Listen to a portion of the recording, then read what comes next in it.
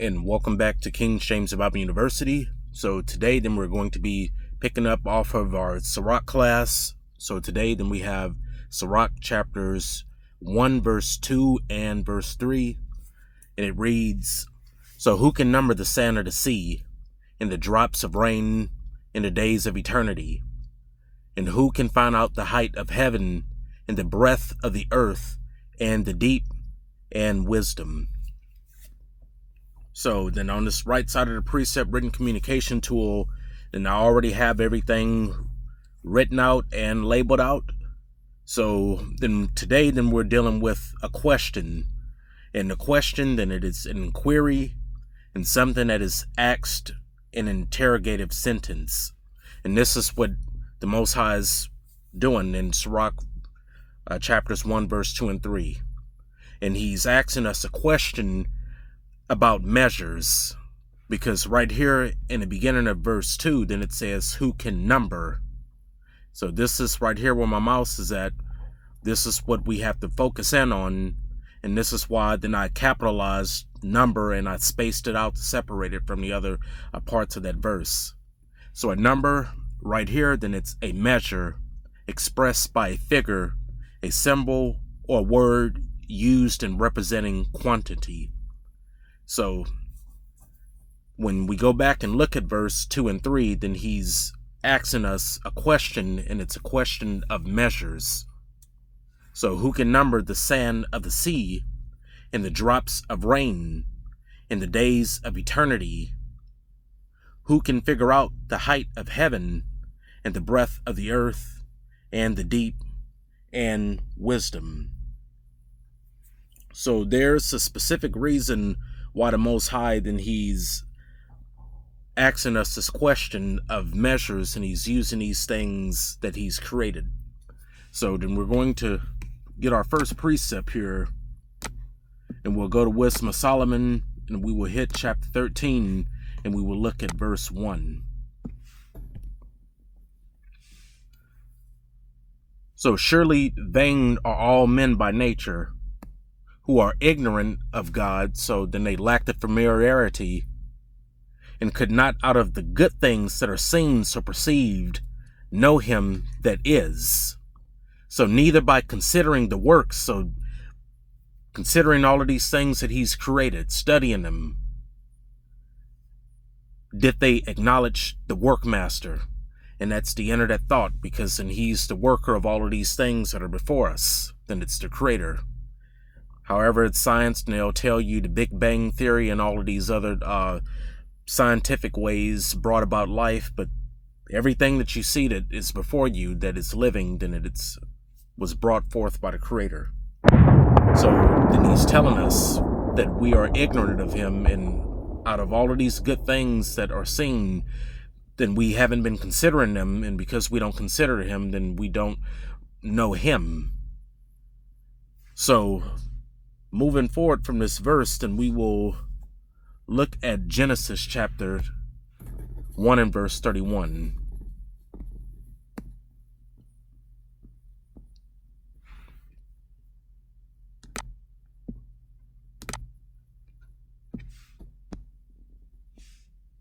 "And God saw everything that he made, and behold, it was very good.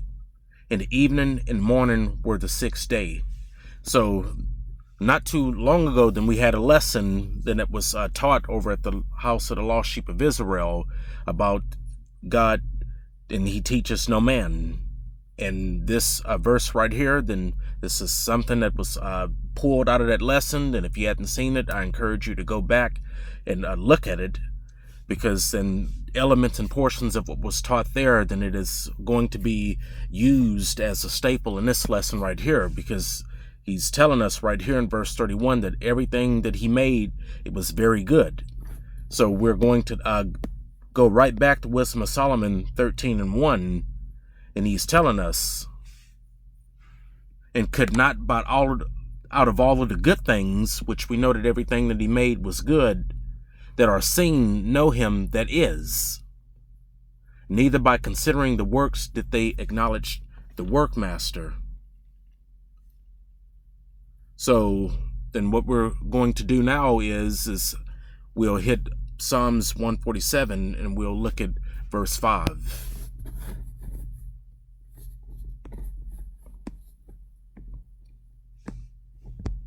And this is what we have to consider by all of these things that he's created.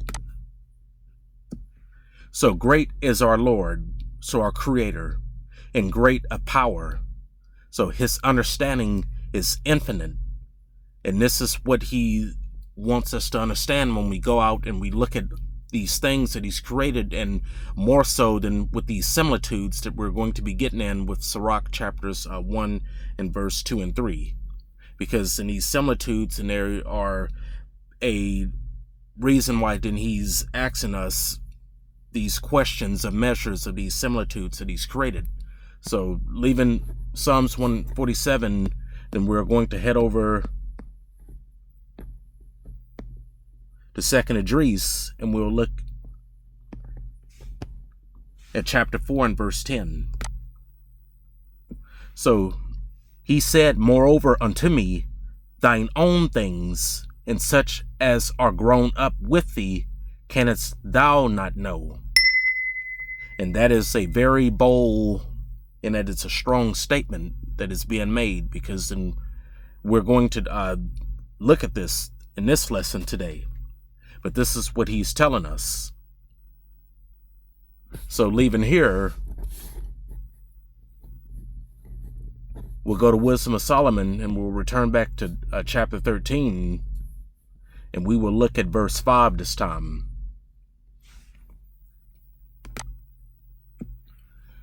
For by the greatness and beauty of the creatures, the things that he's created, and that's what a creature is anything that's been created, proportionally the maker of them is seen, perceived, understood. What we'll do is we'll now put those precepts right here, like these are going to be our foundational and our staple precepts for this lesson. And the first similitude that we're going to look at is we're going to look at this sand right here.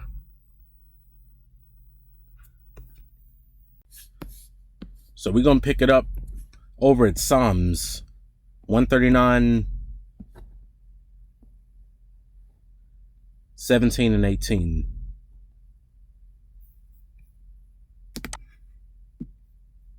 How precious also are thy thoughts unto me, O God!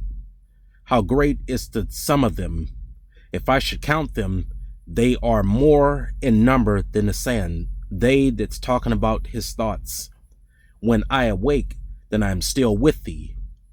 So then we have a lot to unpack right here in verses 17 and 18. So we're going to unpack this number, this quantity, and then we're going to unpack that right there, because that was also a serious statement that was made.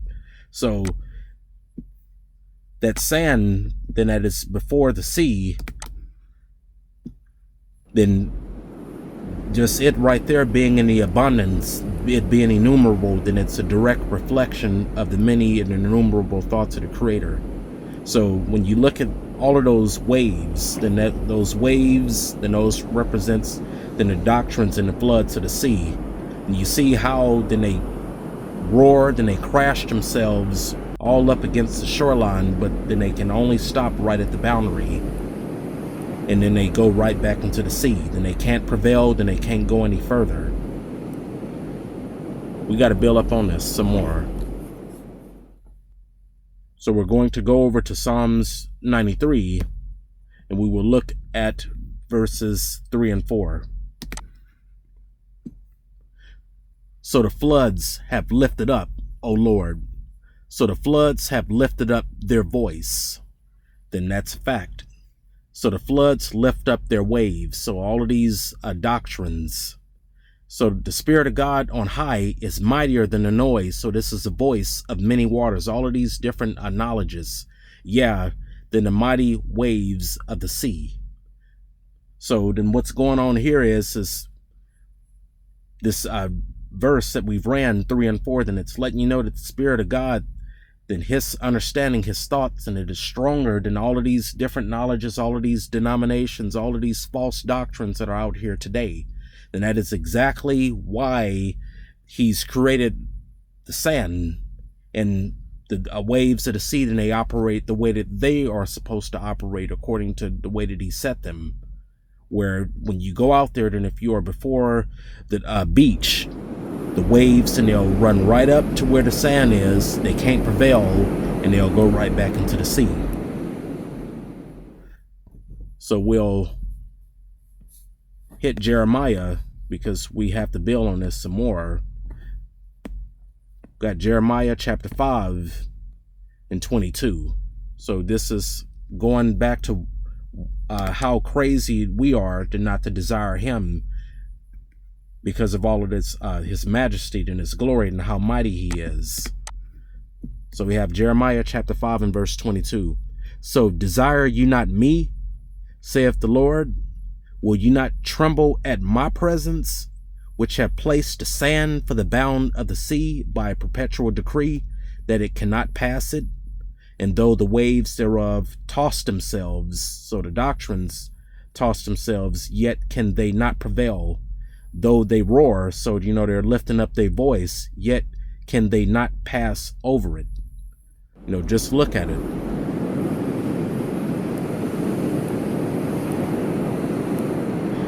And it gets better. So we have to leave Jeremiah and we'll go over to 2nd Esdras. Then we're going to hit chapter 4 and we are going to look at verse 17 and 18. So this is another key for us to see what's going on spiritually. So the thoughts of the floods of the sea came likewise to no value. So that's just those waves that we were talking about. So the thoughts of the floods of the sea came likewise to no value. Reason why? For the sand stood up and stopped them. So this right here, these are the thoughts of the Lord. Then that sand, then he's placed it there to be the bound of the sea. So that's what you have to consider when we look at that sand, and it is the bound, and it's the boundary mark for the sea. Then the thoughts and the waves of the sea, then they can toss and roar themselves, but they will not prevail against that sand. So on a side note, there's something else that I'd also want to show. So we're going to go to Deuteronomy, then we got chapter 32, and this is another verse, and that ties into what we looked at over in Jeremiah 5 and 22. So do you thus require the Lord, Spirit of God, O foolish people and unwise? Is not he thy father that has bought thee? That bought, then that means redeemed, which he did redeem us. You just look over there in Exodus chapter 6 and verse 7, chapter 6, verse 7. Has he not made thee, created thee? He did, and established thee, which then he has established us. I've got to show you this. So we're going to hit Genesis, and we're going to look at chapter 22, and we will go to verse 17. Then he established us with his wisdom, that in blessing, so that blessing and that's given wisdom, I will bless thee, and in multiplying, I will multiply thy seed, and this is in terms of wisdom, that knowledge, as the stars of the heavens. So he's using this as a comparison, that the same way as the stars for multitude, then you can't number them, this is how then he would bless us, then if we would get on the right side of the plumb line and get out of the sin business. And as the sand which is upon the seashore, so as the bound which is upon the seashore. So the same way with that sand that you can't quantify it in number, he's using the sand also as in comparison as relating to his desire to give us this understanding, that in blessing I will bless thee as the sand which is upon the seashore, and thy seed shall possess the gate of his enemies. Which before we leave, then we are going to talk about this too, because this is what he wants to do for us.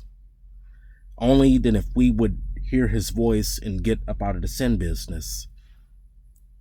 And thy seed shall possess the gate of his enemies.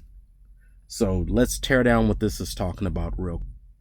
So we'll return right back to where we came from. So we have Genesis chapter 22 and verse 17. So the other part of that semicolon, and thy seed shall possess the gate of his enemies. Then what does he mean by that?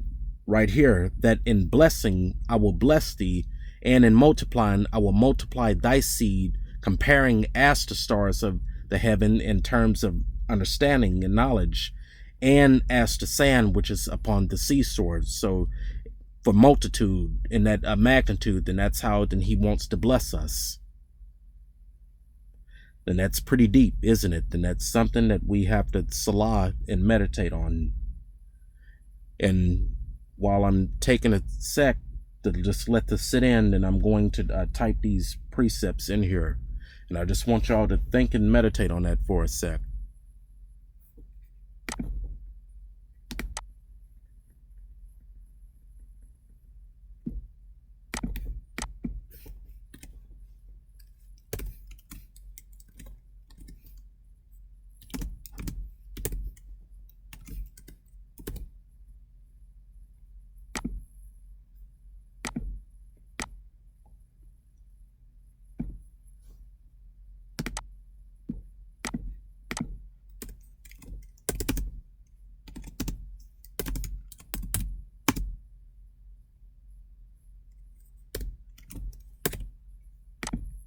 So then we went to Psalms 139 and 17 and 18. Then we went to Psalms 92 verse 2 and 3, Jeremiah 5 and 22, and 2nd Idris chapter 4 and verse 17. So the precepts that we just looked over in terms of the Genesis 22 and 17, possessing the seed, thy seed shall possess the gate of his enemies, then that stuff, then I'm not going to write it in this precept written communication tool, because that was kind of a side note. That was an expansion on what we had just talked about. So those are the verses right there for the number of the sand of the sea. So the next similitude that we have is the drops of the rain, which, just to kick this off, the similitude, and we are going to look and begin with Sirach.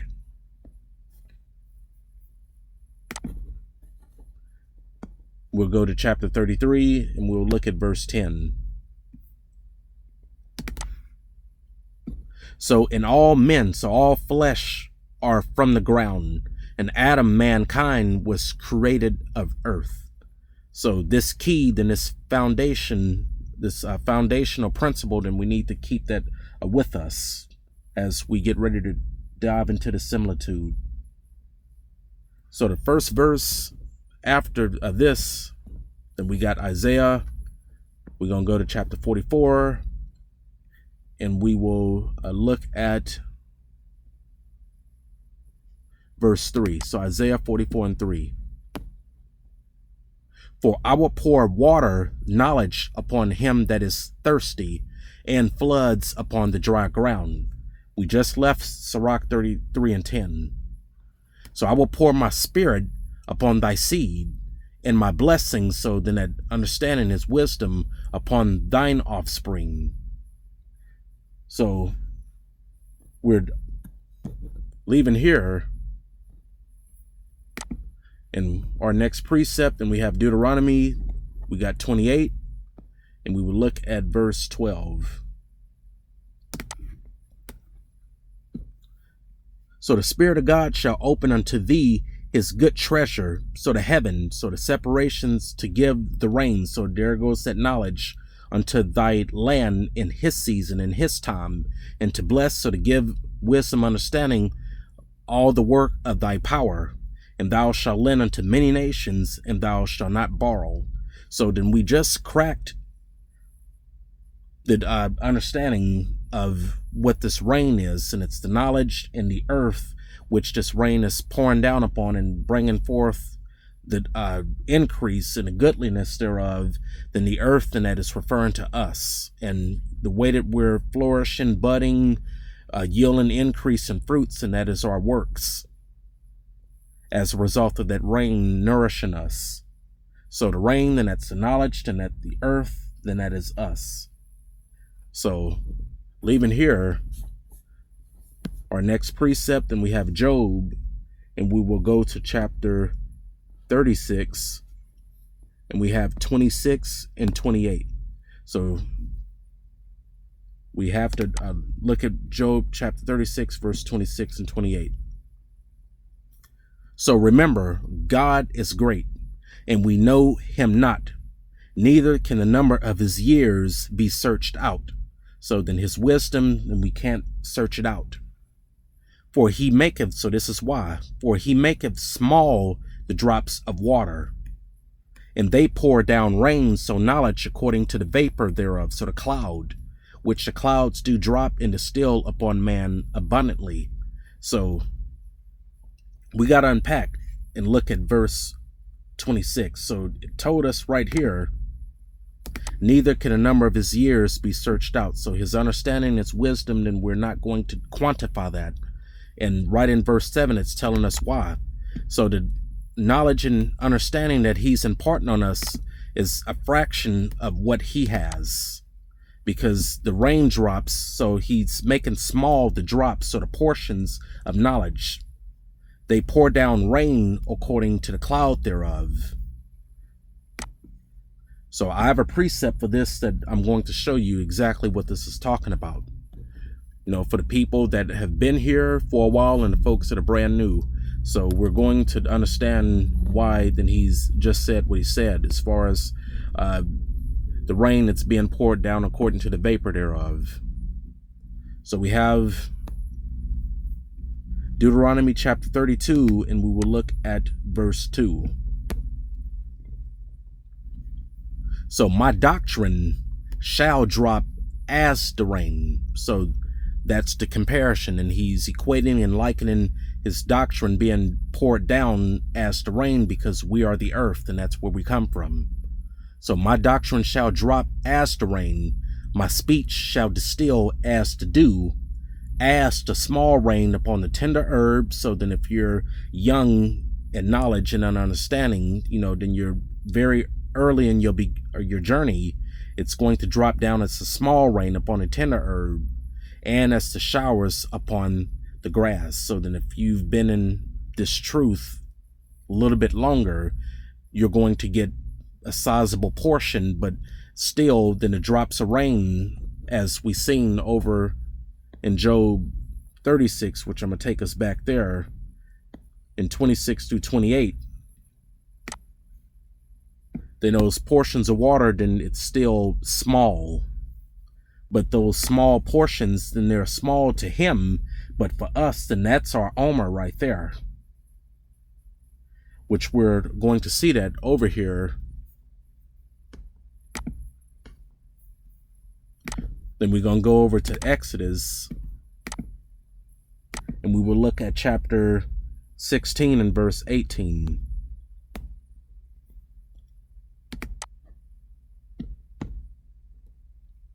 And when they did meet, so measure it with an omer, he that gathered much had nothing over, and he that gathered little had no lack. So they gathered every man according to his learning, his eating. That's what that is. Eating, that's that learning. So then these small drops that he's made small, then it's going to drop as that small rain upon a tender herb, which that tender herb, then he's not going to gather over, or then he's not going to be suffering any lack. Then it's going to be according to that your rate of learning. And then that grass is going to get the showers, which that shower, then it is not going to go over, then it's not going to come up short. Then it's going to be according to your capacity, then your rate of learning. But overall, then this wisdom, this knowledge that's being rained down from above, which we learned in our last lesson, that all wisdom, it comes from the Lord, then it's still those drops, those portions that we're increasing in, then it's made small because we wouldn't be able to bear it. Then it already told us. So just going back to Job,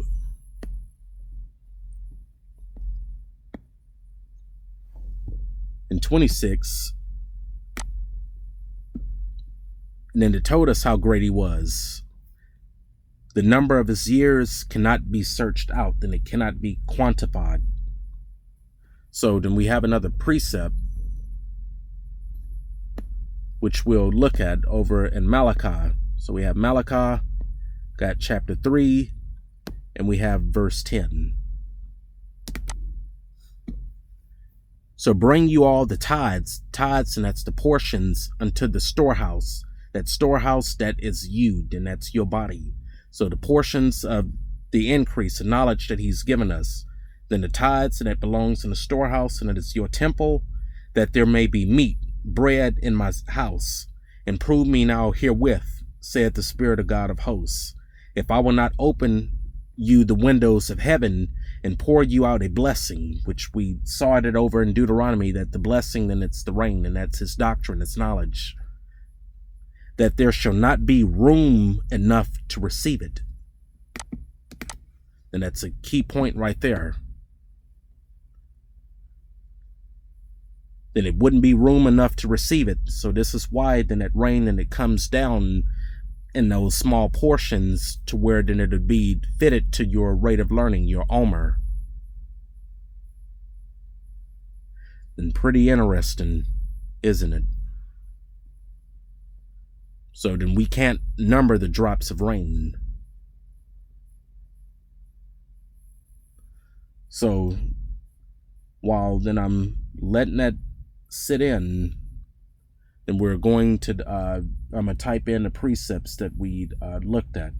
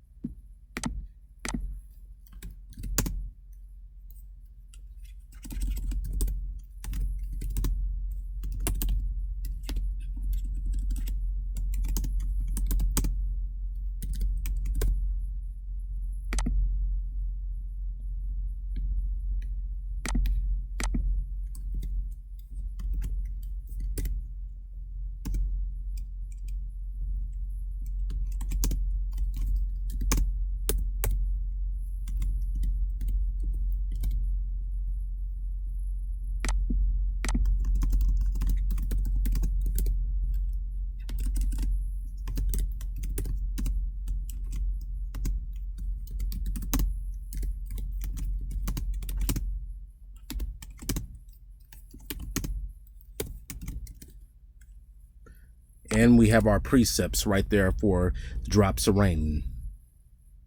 So now the next similitude that we have now is the days of eternity. So he's asking us, can we number the days of eternity?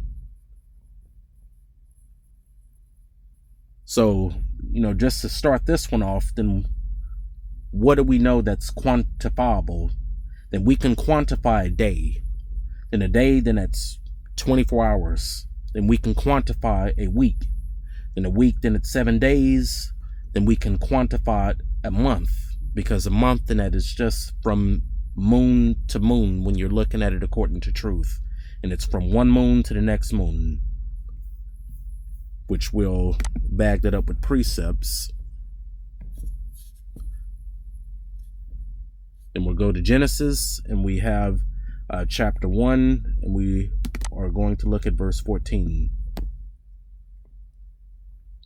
And God said, let there be lights in the firmament of the heaven to divide the day from the night, and let them be for signs, so for tokens, and for seasons, so that's times, and for days and years. Then we got to go and grab something over in Sirach. So we're going to go to Sirach.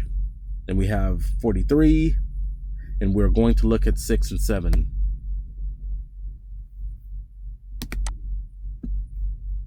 So he made the moon also to serve in her season, in her time, for a declaration of times, and a sign, so a token of the world. From the moon is a sign of feast. This is the key part right here. So a light that decreaseth in her perfection.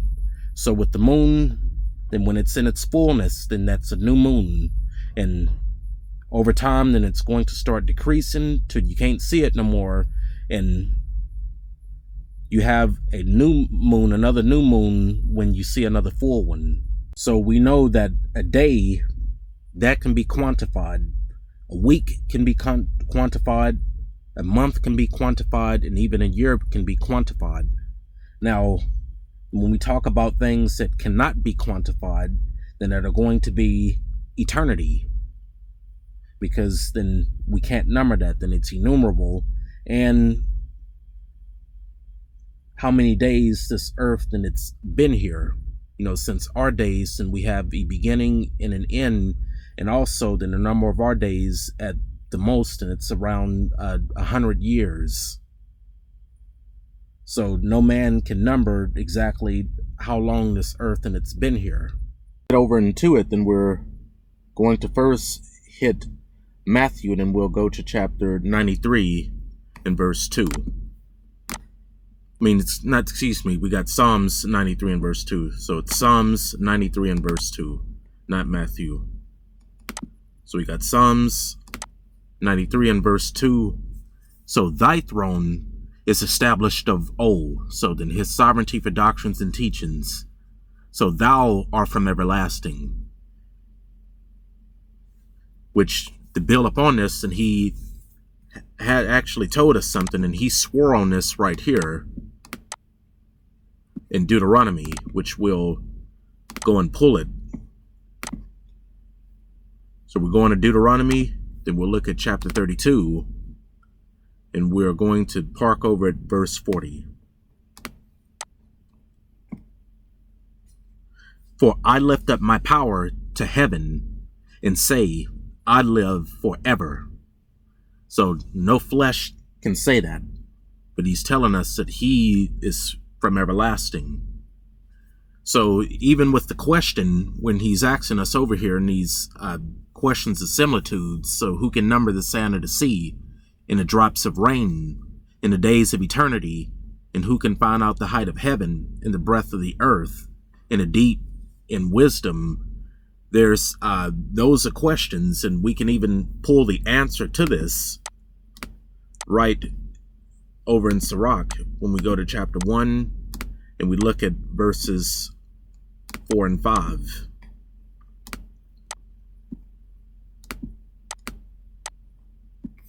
So wisdom has been created before all things, and the understanding of the prudence from everlasting.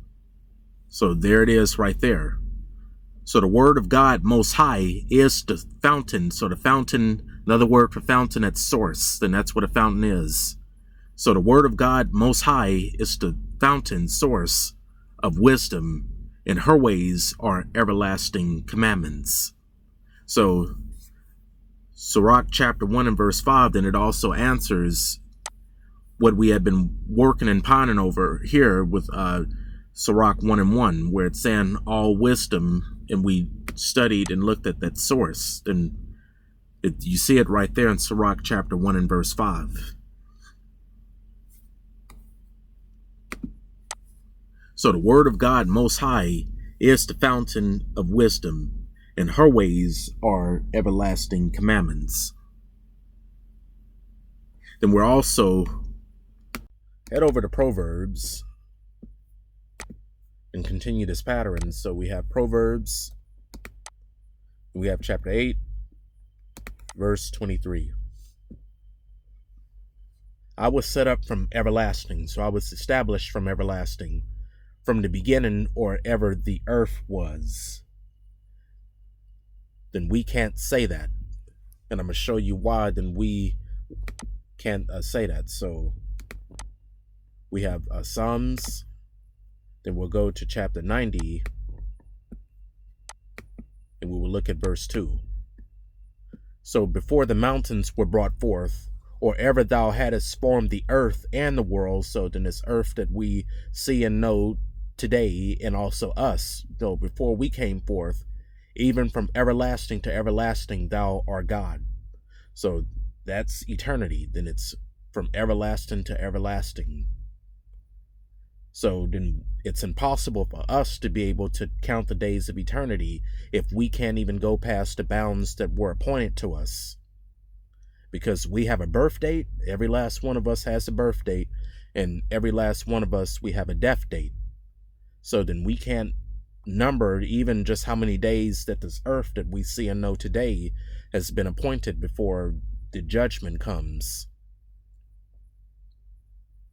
Because, the reason I say that, we'll head over to Revelation, and we'll look at chapter 20,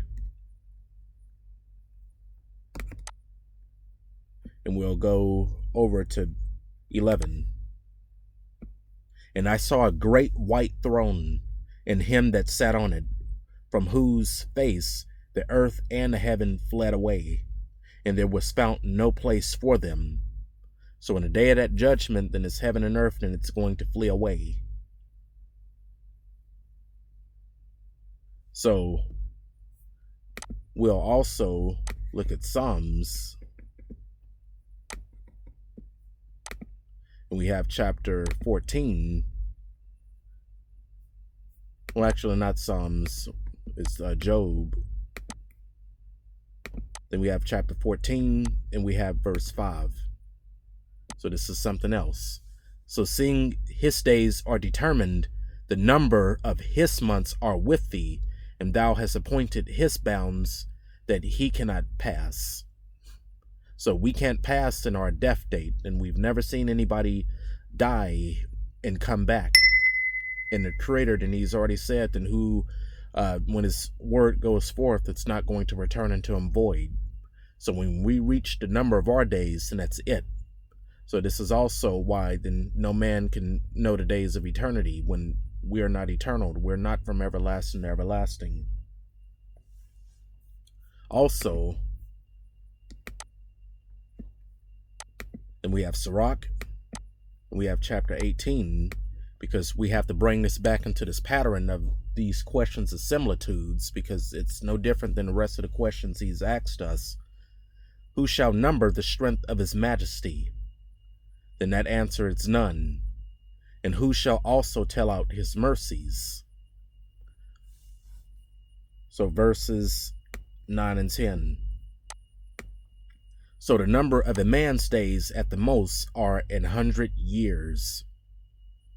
As a drop of water unto the sea, and a gravel stone in comparison of the sand, so are 1,000 years to the days of eternity. Which we had just, the sand similitude was the first similitude we looked at.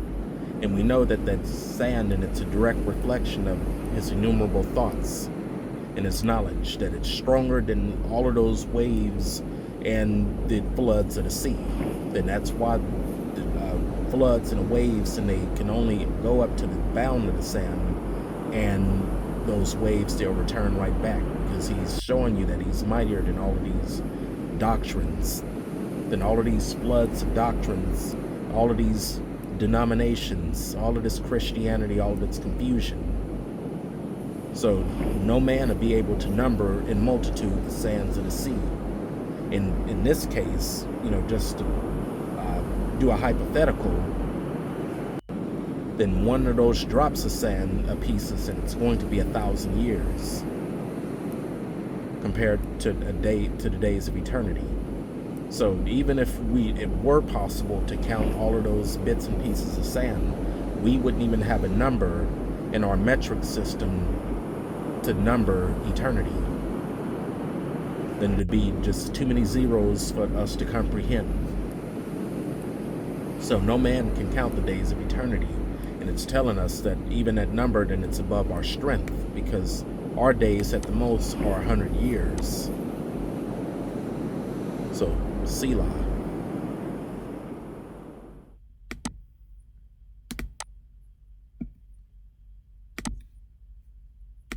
So we went to Psalms, and we went to chapter 93. We went to verse 2. And we went over to Deuteronomy. We looked at chapter 32 and verse 40. We went over to Sirach 1 and 4 and 5. We went to Proverbs 8 and 23. We went over to Psalms 90 and verse 2. We went to Sirach 18, 5, and 9 and 10. So now we're 3 similitudes down. So now the next similitude is who can find out the height of heaven. And the pattern, and it's going to remain the same, because truth, it doesn't change. So now that we're dealing with the height of heaven, then I would first like to begin with defining this heaven. So we'll start over in Genesis, then we're going to go over to chapter 1, and we will look at chapter 1, verses 6 through 8. So this is what we need. So when God said, let there be a firmament, so that's a separation, so it divides. Let there be a firmament in the midst of the waters, so it acknowledges. And let it divide the waters from the waters. So you have the knowledges that's above from the knowledges that are below. And, for the people that hadn't seen this before, then if you want this, actually, I'll just do it myself while we're here. So we're going to hit James, and we'll look at chapter 3, and we'll look at 15. So this is the waters that's below. So this wisdom descendeth not from above, but is earthly, sensual, and devilish. With the waters that's above, in verse 17. But the wisdom that is from above is first pure, so there's no blemish, no imperfections. Then peaceable, gentle, and easy to be entreated, full of mercy and good fruits, without partiality and without hypocrisy. So we're talking about wisdom when we're looking at those waters over in Genesis, because this book, then it is 100% spiritual that we're got our hands on. So, just to go back here, and God said, let there be a separation in the midst of the knowledges, and let it divide the knowledges from the knowledges. And God made the separation and divided the knowledges which were under the firmament from the knowledges which were above the firmament. And it was so. And God called the firmament heaven, so the separation. So that's what that is, and it's separating the knowledges that's from above from what is below. And the question that he's asking us is who can find out the height of heaven? So before we go further, then there is something else that I want to expand on, and it is a decompression sickness, and it is called hypoxia. And this was something that I had to study just being an aviator over in the military, so I'm going to impart this over to you. So what is hypoxia? Then it is a decompression sickness, and it happens as a result of altitude. So for every 1,000 feet that you go up in altitude, the temperature, then it decreases by 2 degrees Celsius. So this is all according to science. And as temperature decreases, pressure, then it also decreases. So what the problem is the oxygen molecules, as you keep going up in altitude each thousands of feet and you get way up there, then the oxygen molecules, then they become too small to attach to the hemoglobin protein cells in the blood. And now then you won't be getting the oxygen needed being sent around, throughout because of the cardiovascular system. What happened is you'll experience dizziness, and you'll start to feel lightheadedness, and you'll feel the numbness in your hands. And also then if you don't decrease in altitude soon enough, then you can also start to experience vomiting and other sicknesses. So this was something that we had to study up on, and always had routine around the year training, so hypoxia training. And whenever that happened, then a go-to was immediately, then we had to decrease altitude. So then we have limitations in terms of how high then we can go into the heavens. And this is a physical, then this is a real piece of information that I'm giving you. And also then just with the limited altitude that we can reach up to, we got to wear an oxygen mask. So then all of the jets, then all of the systems that we flew in, then they have either a pressurized oxygen system, or there's going to be an OBOG system where then you'll have a mask then that is directly connected up to an oxygen system, which I'm going to show you a picture of me, in my flight training. And that's how then we're able to get the oxygen that we're needed to fly at such altitudes. But even then there's still a ceiling that we can go to before then we start to experience hypoxia. So that was just something that I wanted to share with you. And we're going to use that a bit of information going over to 1 Timothy and looking at chapter 6 and verse 20. O Timothy, keep that which is committed to thy trust, which, I want to start over. So, for the people that it's been in Elder Pittman's class, and this is usually the part where he would say, in other words, make it personal. Put your name there. So, keep that which is committed to thy trust, avoiding profane and vain babblings and oppositions of science falsely so called, which some professing have erred concerning the faith. So, if you, which I'm not going to do it, then there's just no reason to. Then if you were to just Google and try and look up then how high is the sky, or how high can man go up into the heavens, or how high can jets fly, or how far up can you go, man, they're getting ready to lie to you then if they give you an altitude. Because, which I'm just going to let the precepts speak for themselves now. Then we're going to head on over to Isaiah, and we're going to hit chapter 55, and we will look at verse 8 and 9. For my thoughts are not your thoughts, neither are your ways my ways, saith the Spirit of God.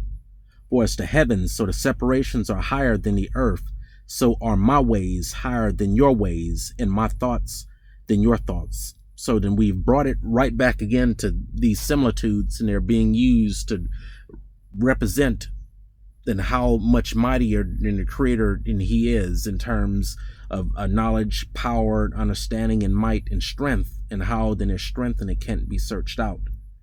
So then this was our first building block, and now we have to head on over to 2nd Esdras, and we will look at chapter 4, and we will go to verse 10. So 2nd Esdras 4 and 10, where we had started earlier. So he said, moreover unto me, so thine own things, and as such are grown up with thee, canst thou not know. So that's exactly why then if you just were to go and Google how high does the sky stretch into, then man is getting ready to lie to you, because even Esdras is telling us right over here in verse 10, the things that are grown up with thee canst thou not know. That includes the height of heaven, how high the sky is. So don't let no man lie to you, because they're getting ready to lie to you then if you Google it. I have another precept, which even Solomon, then he's going to testify that. So we have Wisdom of Solomon, and we have chapter 9, and we will look at verse 16 and 17, and this is also something that we need to salah on. And this is serious. And hardly do we guess aright at the things that are upon earth. They're guessing. They're lying to you if they can tell you how high the sky goes to. Then if they can tell you how many pieces of sand is out there in front of the sea. And hardly do we guess aright at the things that are upon earth. So got a Selah on that.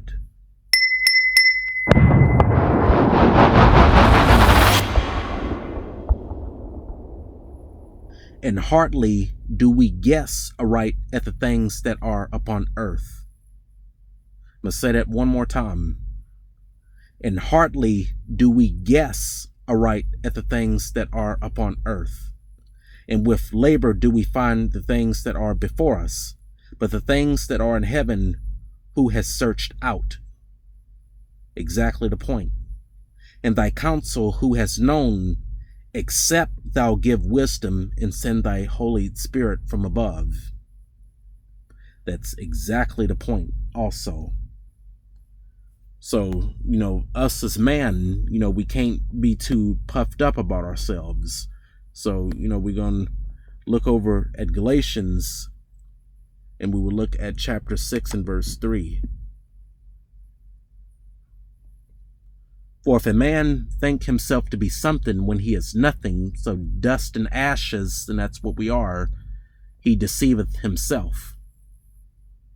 So, then this is just for me, then it's for you, and it's for, anybody else that's thinking more highly of themselves. Then I want to show us something also over in Jeremiah. So we're going to go to Jeremiah, then we have chapter 31, and we will look at verse 37.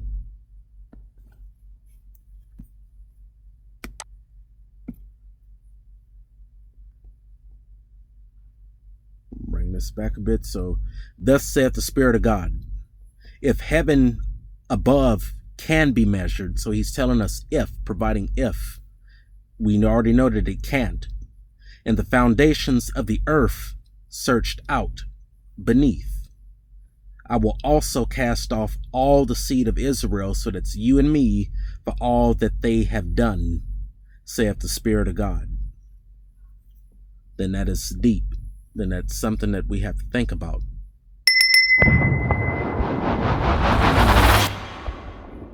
So, then I'm just going to pause for a minute, let that one sit in before we go further.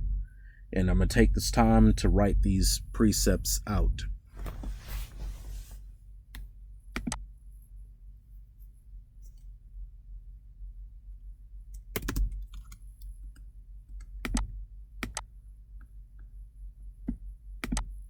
First Timothy 6 and 20. Isaiah 55 and 10.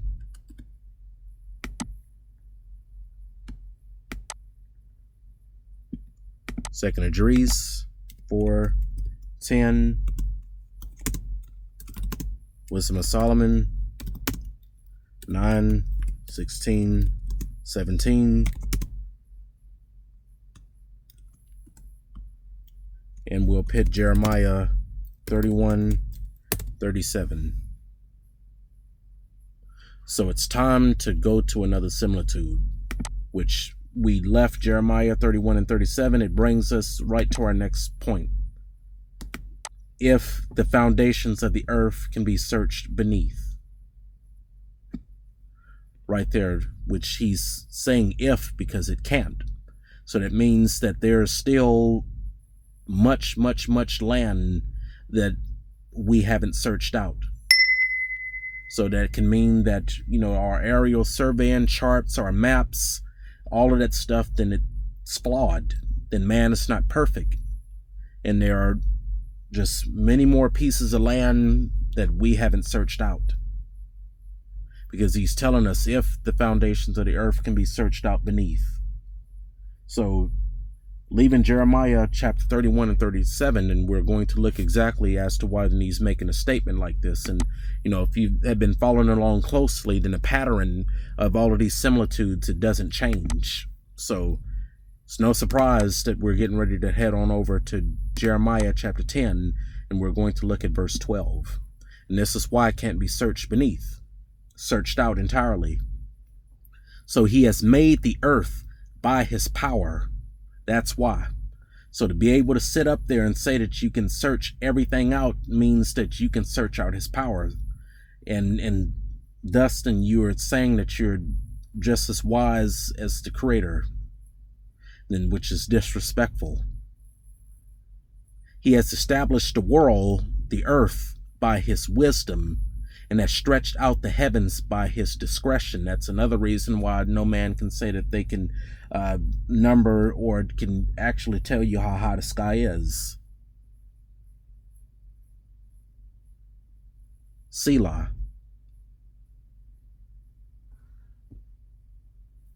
We got to go over to Job next. So we have Job 38, and we're going to look at verses 5 and 4.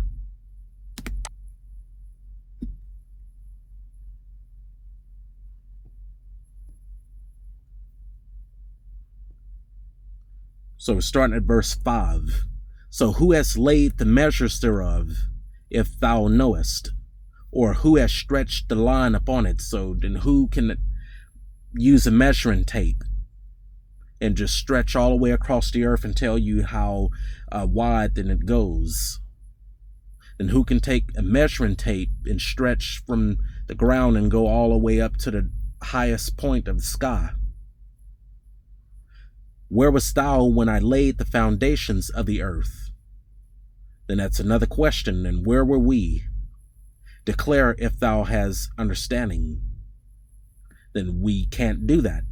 And spiritually, then the foundations of the earth, which we know that spiritually, then the earth, and that's talking about us. Then he's not just talking to earth and dirt. Then spiritually, then he's talking about to us.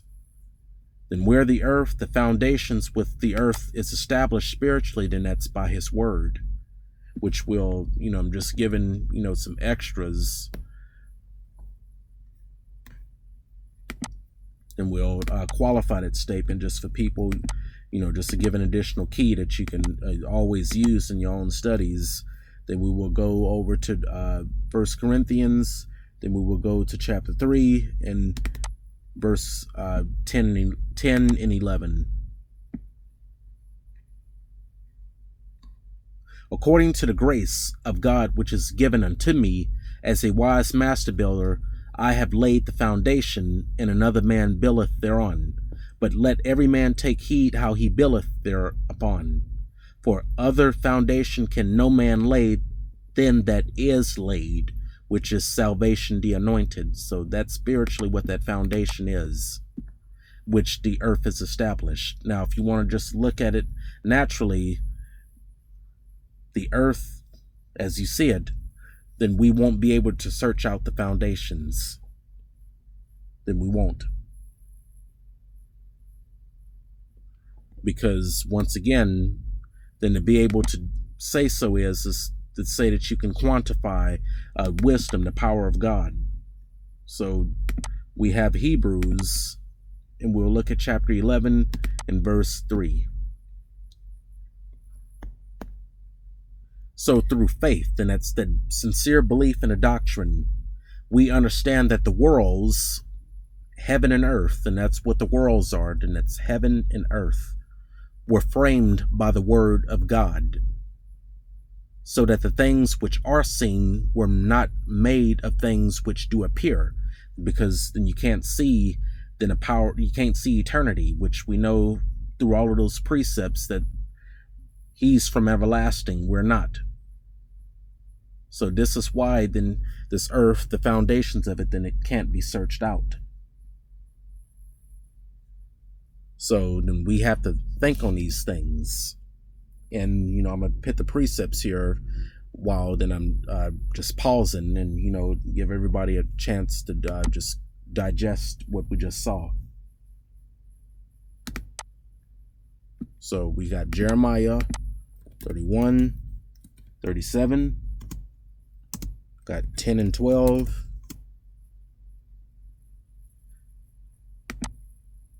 Then we went over to the book of Job, 38, 5 and 4. And then we went over to Hebrews 11 and 3.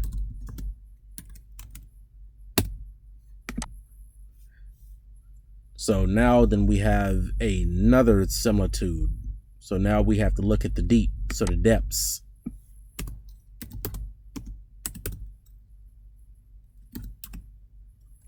Now let me put that there in the deep. So now then we have to study that, and it's saying, so who can find out the height of the heaven and the breadth of the earth and the deep? Which we have submarines, then we have all sorts of underwater technology. Once again, and I'm not going to Google it, but I'm pretty sure there's some foolish answer there as how deep then the oceans and the depths of the oceans go, and whatever number that they give you, then once again, then they are getting ready to lie to you. So, just to have this in your back pocket, so if you ever have to correct somebody, we have Psalms, and we have 116 and 11. So man, then they are going to lie to you. I said in my haste, so all men, so all flesh are liars. The Creator just said right here in Sirach 1 and 3, then who can find out the deep? So then whatever number that they're getting ready to give you, they're lying to you. So once again, that's science, then it's crap. So we have 1 Timothy, we have chapter 6, and we will go and return right back to verse 20. Make it personal. Put your name there. Keep that which is committed to thy trust, avoiding profane and vain babblings and oppositions of science falsely so called. So let's see what the word has to say about this deep. So we have Ecclesiastes, and we'll go to chapter 7, and we will pick it up at verse 24. This is what the word of truth has to say about it. So Ecclesiastes 7 and 24. That which is far off and exceeding deep, who can find it out? Bingo.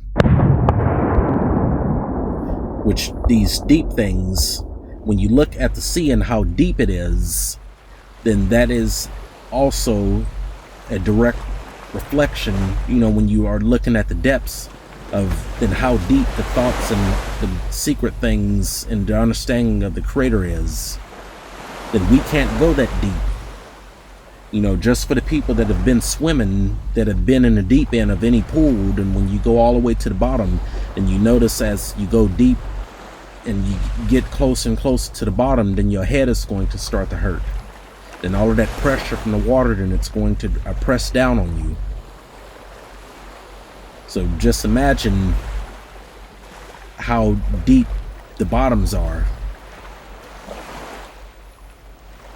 So what we'll do is we're leaving here because they just told us that which is far off and exceeding deep, who can find out? And I would like to build on this. So we're going to hit 1 Corinthians, and we'll look at chapter 2, and we're going to go to verse 10.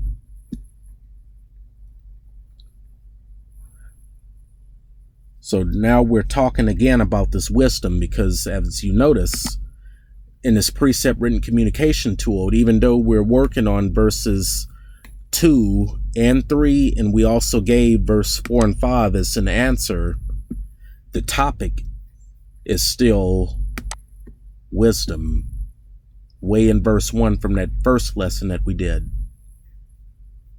Just wanted to put that there. But God has revealed them unto us by his Spirit. For the Spirit searches all things. And this them that's talking about the mysteries. But God has revealed them unto us by his Spirit. For the Spirit searches all things, the deep things of God. Which we have to leave here. And we'll go to Sirach chapter 24. And we will look at verse 29. Sirach chapter 24 and verse 29. So for her thoughts are more than the sea, and her counsels profounder than the great deep. So this is exactly why then we can't sit there and just front and act like then we can know then how deep then the great depths go to, because then it's everything is created for our learning. Then everything that he created, then this is here for us to learn about the workmaster. And he's telling us right through how deep the sea goes down, that we have our limits as to how deep we can go down into it. And when we get to whatever that limit is, then there is much, much, much further to go down that we don't know about. Then it's a direct reflection of how mighty and how innumerable his thoughts are. So then I'm going to put this in here, and we'll just be meditating on that. So we have Ecclesiastes chapter 7, verse 24. 1 Corinthians 2 and 10. We went to Sirach 24 and 9. So now then we have one more. So in wisdom. So who can find out wisdom? So we're going to pull this back up here, and I'm only going to give 2 because then I want this actually to be a homework assignment. You know, just for all of us, you know, that are willing to participate, that actually go through your Bible and find additional precepts that is going to qualify this statement and go along the pattern. And you'll know that you're arriving at correct answers if everything that you're pulling, it's not deviating from what you had just seen here. So, you know, if you're willing, then the homework assignment is to go through your Bible and just find at the most, you know, 2 precepts a dude. And if you want to go further than that, find about this wisdom, then who can find it out? And you can just leave that, you know, you just share it on the SharePoint in the group chat after you've found out your answers.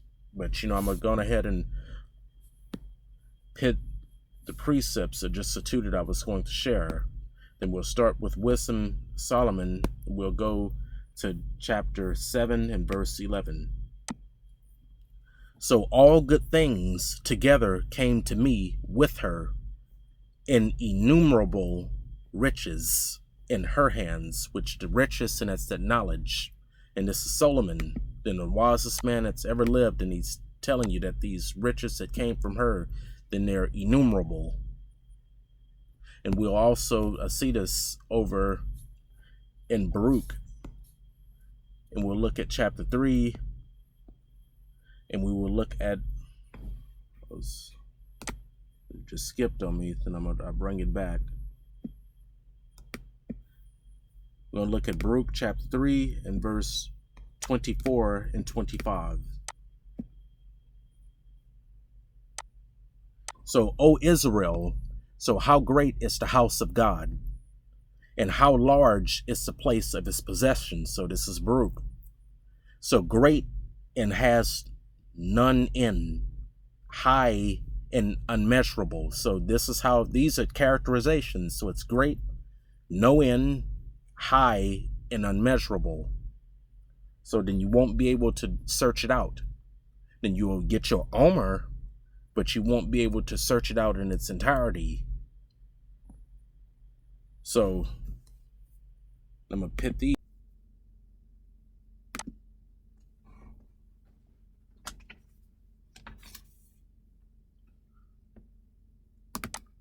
All right, so we're gonna pit down these precepts. So then we have Wisdom of Solomon 7 and 11. Then we went to Baruch.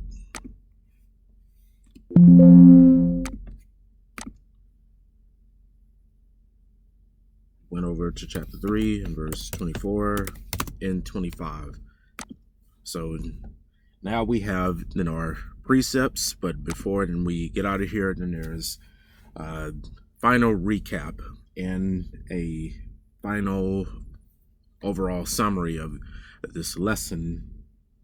So we're going to begin with Job before we get out of here. So there's something I want to show. You have Job 11, then we'll have 7 through 9. So we have another question being asked. So canst thou by searching find out God? We know that now, through the study we just did. Canst thou find out the Almighty unto perfection? We know that now. So it is high as heaven. What canst thou do? Deeper than hell. So what canst thou know?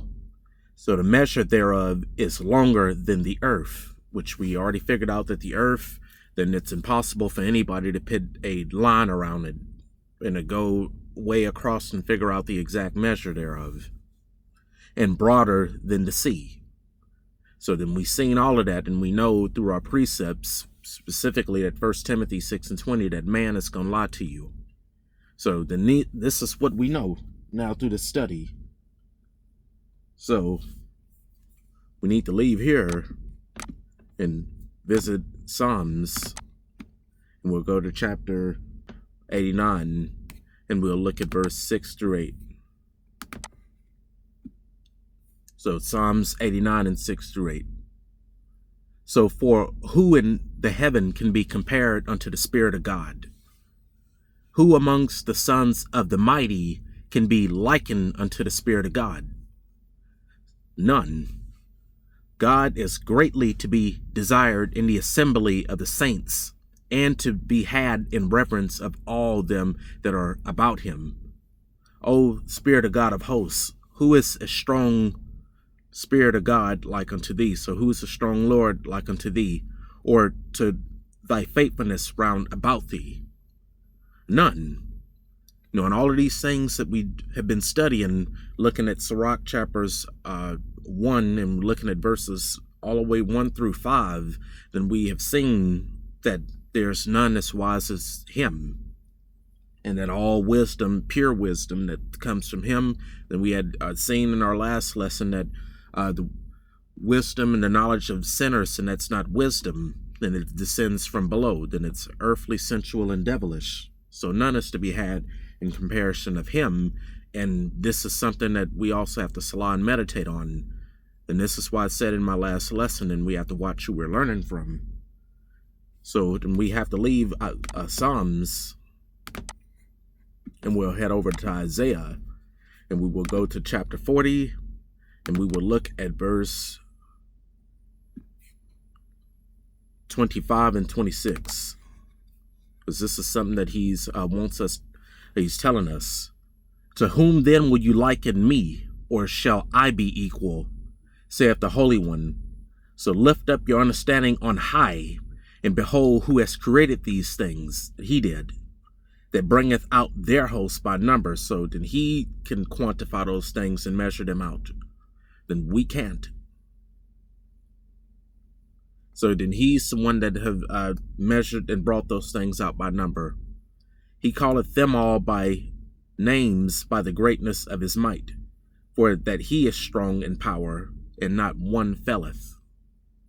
So then all of these things that have been with us, that Idris has been told us, and we can't measure these things out. But however, then it's telling you right here in Isaiah chapter 26 that he's brought all of these things out by number, but we can't number them. Then we'll also look at verse 12 through 15 in the same chapter.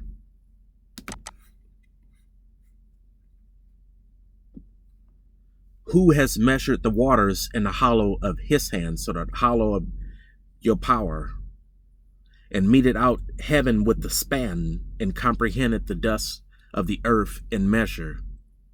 None. And weighed the mountains in scales, and the hills in a balance? Who has directed the Spirit of the Lord, or being his counselor has taught him? None of us can do that. And that's exactly why then he's programmed the rain to go one way. Then it comes down, then it does not go back up, and we don't rain the heavens, then the heavens, and it rains the earth. With whom took he counsel, and whom instructed him, and taught him in the paths of judgment, and taught him knowledge, and showed to him the way of understanding? Then not no flesh. Remember the nations which we already know when we look at Matthew 15 and 24, that he said that he wasn't sent but unto the lost sheep of the house of Israel. So, don't worry about pitting Japhet in there. Behold, the nations are as a drop of a bucket, and are counted as the small dust of the balance. Remember, he taketh up the owls as a very little thing. And this is where we're scattered right now because of our disobedience. So when we reflect and consider on Isaiah chapter 40 and verse 15, yes, if you want to use this carnally, foundationally, then we get what you're talking about. But when you look at this nation, when you're getting in depth with this, and he's telling you, let me get this, that in comparison of him, the nations, then they are as a drop of a bucket. So then we don't need to be wise in our own understanding, then we need to seek him out. Then we cannot liken ourselves or embolden ourselves and try and put ourselves on on the level of God. There is only one that's sitting on the throne that's wise and to be desired, which will end this teaching with that.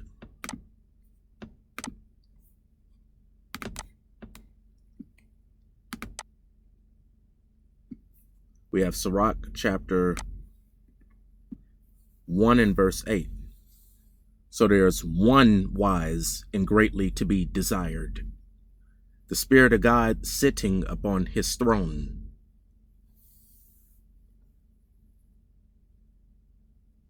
So,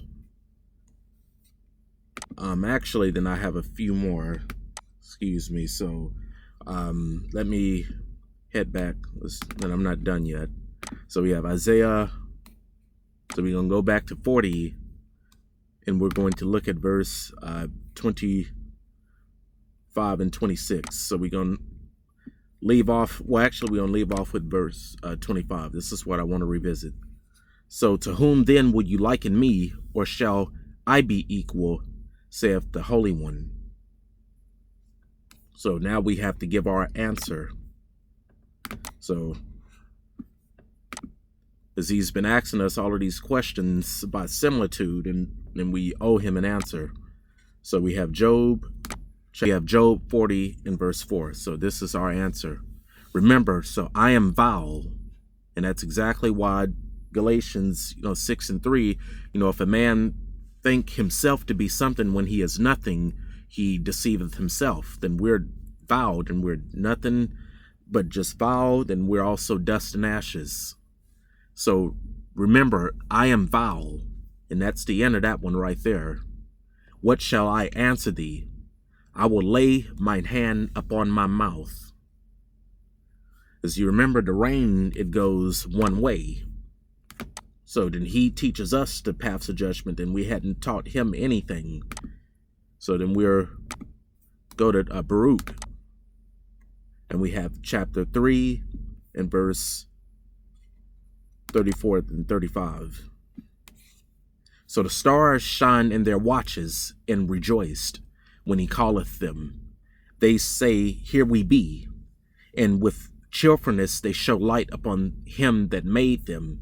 So this is our God, and there shall none other be accounted in comparison of him. Exactly the point. So he has found out all the way of knowledge, and has given it unto Jacob his servant, and to Israel his beloved. And it doesn't go the other way around. We have a suggestion over in the book of Psalms, and we're going to look at chapter 83. It's going to be chapter 32 and verse 8 and 9. And it says, So I will instruct thee and teach thee in the way which thou shalt go, and I will guide thee with mine understanding. Be ye not as the horse, or as the mule, which have no understanding, whose mouths must be held in with bit and bridle, lest they come near unto thee. So then he's our guide, and he's our praise. So we're to be seeking after him. We'll also, to add on to that, we'll look at the book of Matthew. We'll go to chapter 6, and we'll look at verse 33.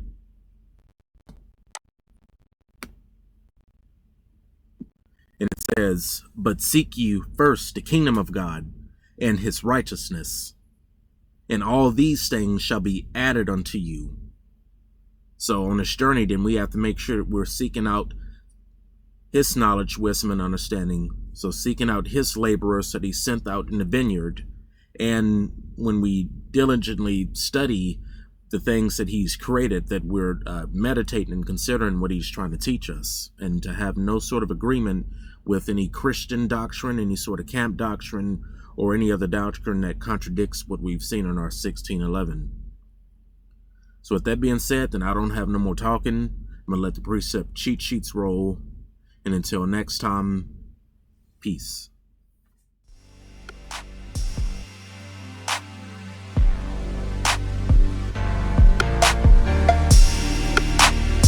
I just wanna take it deep in the feeling. I just wanna take it deep in the feeling. I just wanna take it deep in the feeling. I just wanna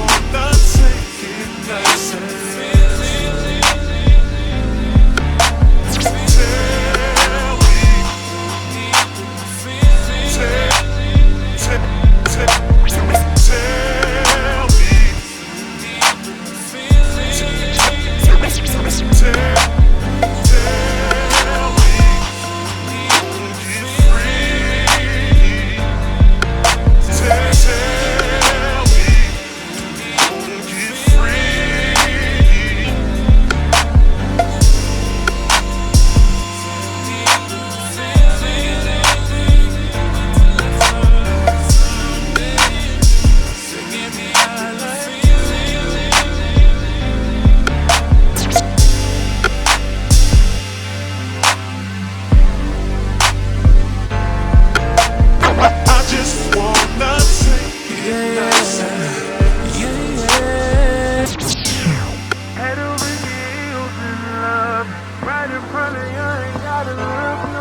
and so deep in my feelings. No, this ain't really like me. Can't control my anxiety. Feeling like I'm touching the ceiling. When I'm with you, I can't breathe. Boy, you do something to me.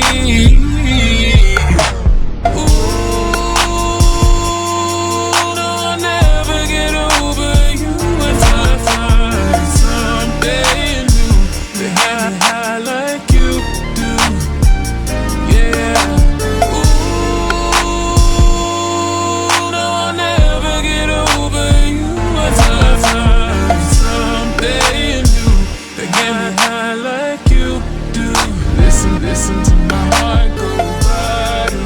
Boot up, boy, you do something to me. Boot up, my heart go bottom. Boot up, boy, you do something to me. It just won't stop and go bottom. Boot up, boy, you do something to me. Boot up,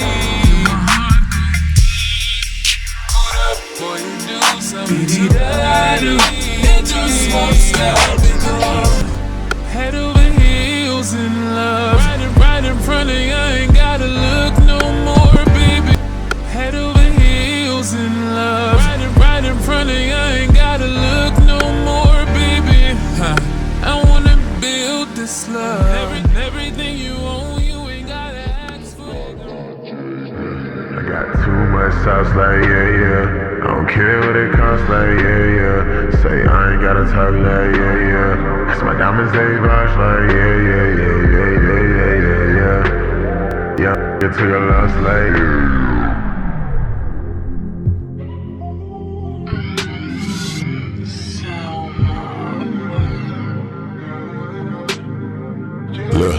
got too much sauce, like, yeah, yeah. I don't care what it costs, like, yeah, yeah. Say I ain't gotta talk, like, yeah, yeah. Cause my diamonds, they vouch, like, yeah, yeah, yeah, yeah, yeah, yeah, yeah, yeah. Young took a loss, like, yeah, yeah.